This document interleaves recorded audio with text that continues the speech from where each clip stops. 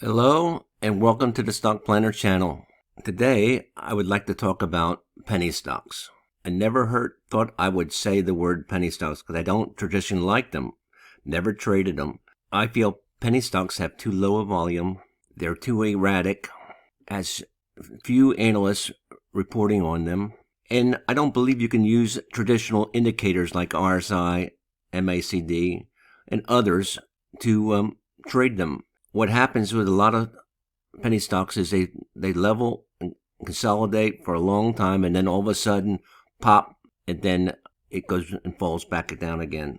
I believe penny stocks are defined stocks that are $5 and under, but in our case today I'd like to do $10 and under. Sirius, and by the way, Howard Stern may get his contract again today, is not a profitable company, and it probably never was. So that's a penny stock you could consider. GME. Has anybody really heard of GME? GameStop? Has it been in the news lately? Anyway, look, nothing burgers. And all of a sudden, bang, and then drop back down again. And then bang, and now it's dropped back down. It'll drop back down to its $4, $5, $6, $11 levels very soon. There's nothing in GameStop to hold it up. It's an aging company, and people are getting their games and download them from the internet, from Netflix, various different things. They're just not going to a brick and mortar store anymore. Anyway, the question is, can you use Tradingview, the Tradingview scanner, to find some penny stocks? And then can you apply your standard indicators against them and actually trade them with some kind of reliability? I'm saying for GameStop, you couldn't predict this. So let's get started and get to work. So we go to the stock screener, nothing selected, and we go to the filters, and we need to filter that down. So we got the common stock symbol type, and that looks all good there. And the first thing we want to do is for the last price. We want it to be below $10, and that brought it down to 1,600. Well, that's too many. So next thing, we want the average volume for the last 90 days, and we want it to be about 750. And that's exactly what I set mine on when I for regular stocks that swing. And see if I get any matches. 701, that looks great. The current ratio, and normally if you set it, if it's above 1, that's normally good. Let's do above 1.25. 1.5 is what a real company would use. 1.5 and above is a typical company that's profitable and won't have any trouble paying its bills. And that brought it to 468. Terrific. So we set the price to 10, given it enough volume to trade it, and other people are trading it. Current ratio is 1.25. We got too many stocks yet. 468. So let's only deal with some companies that have some beef to them, and let's go to set this to 300. See if we got any tickers to come with that. 189. Too many. Maybe some of you want to go through that many, but I don't. PE. We want the PE to be above 0. Let's do that. That way we know it's profitable. That brought them down. 45 matches. Still too many. All right. Let's make an assumption that we only want to buy these stocks. Or you can make the assumption you only want to short them too. But I'm not sure all these stocks are shortable. Setting the rating to be a strong buy or a buy. And you could do neutral, because I often do neutral and get a lot of companies that way because you are swing trading and you're going both ways. But this brings it down to 15 matches. That's what I want. 15 matches that are in a buy situation right at the moment, according to Tradingview. 15 stocks is enough to look at. Now, these stocks I never heard of, and that's the problem with the penny stocks. This might be a long situation based on the RSI and the zigzag going green. You're looking for nice long bars, steady bars on your zigzag. Or at least that's what I'm looking at. I'm looking to see that you can swing them. Can you swing that? Yes. You might even be able to swing these minor ones. Swinging it, very good.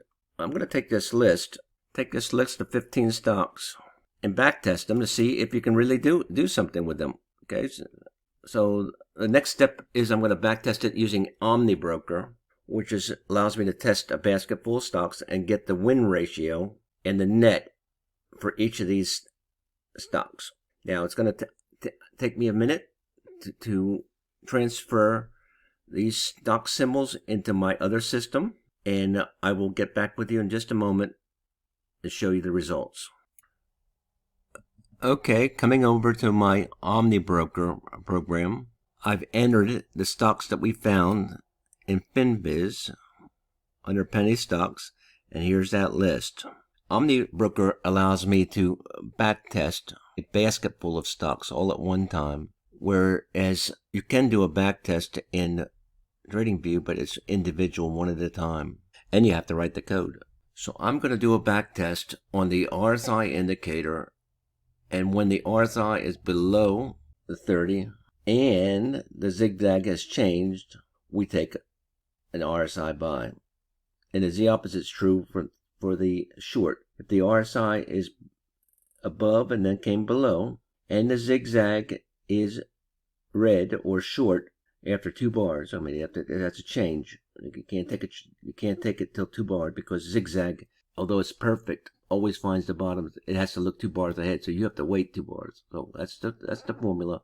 And this one already has changed many bars back, so you could, if it was red many bars back, you could take it, but you just can't. This is not a good one. The only one that's good right here there's one here, and then we got a red here. The RSI comes below, the zigzag is red, and then you can take those the shorts. And by the way, this EBR is looking to me I liked it. I hope it comes out to be one of the better stocks in the list. I think that I'd like to maybe try it for an experiment anyway. So I'm using initially a $1,200 account, small account, and I'm betting $1,000 each time. Now you're not betting the whole. You're not risking the whole thing, because you're setting your stops to be 2% and 5%. So you're risking about, on a penny, on a $3 and $4 stock, it'd be risking about $30-$40. You're not risking $1,000 each time. You're risking a smaller amount if you set your stops and loss. Now, if it goes to 0 and you missed your stops and loss, yeah, you risk that. But you're not, when you invest $1,000, really that $1,000, not all of it's at risk if you set your stops and your profit target. And I have them set at 2 and 5%, and after 18 days, shut the thing down. So we can do a back test right now, and we got some profits. Made 1964, 93 trades, 61 winners. That's about 65%.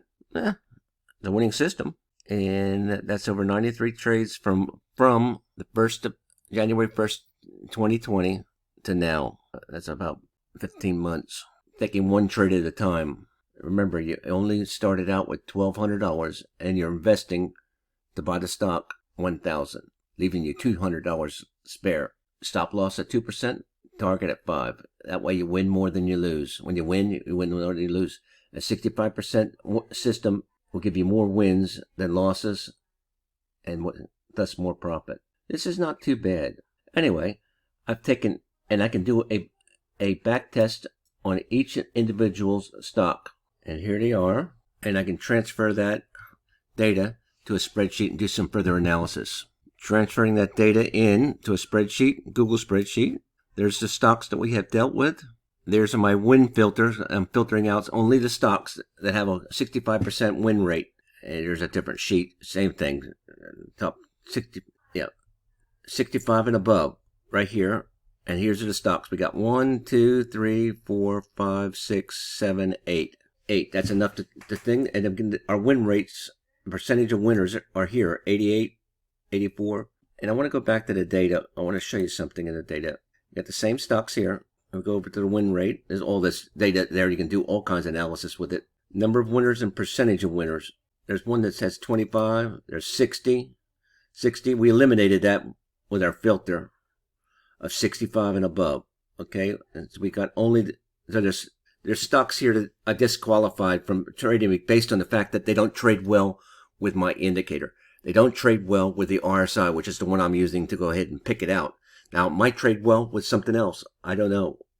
That's up, you always should test your stocks against the indicator that you're using. So these stocks, if you trade these stocks here, you should have a better than 65% chance of winning, and you should be able to do better than 1964. Now you can always, because it's a cheaper stock, instead of taking 5% and waiting 5%, you could always go down to 3% as your target. But I tried it, and it doesn't give much of a difference here in net profit. It does bring your win rate up, though. But this is the name of the game right here. Whatever you put in your pocket, and that doesn't change. So I think it's better to do a slower thing. So I think I'm going to do a further experiment at another time and trade these stocks, paper trade these stocks for 2 or 3 months and see how it does. Backtesting is fine, okay, but when you're actually really trying to trade it, it's a little bit harder. So I hope this helps you see how you would go through a list of stocks. It does seem that you can use TradingView to get a list. And if you do visual backtesting, do some visual backtesting, or you can do some algorithmic backtesting like I just did, and maybe you could find some penny stocks to trade. I hope this process helped you. Please like and subscribe. I'll catch you on the flip.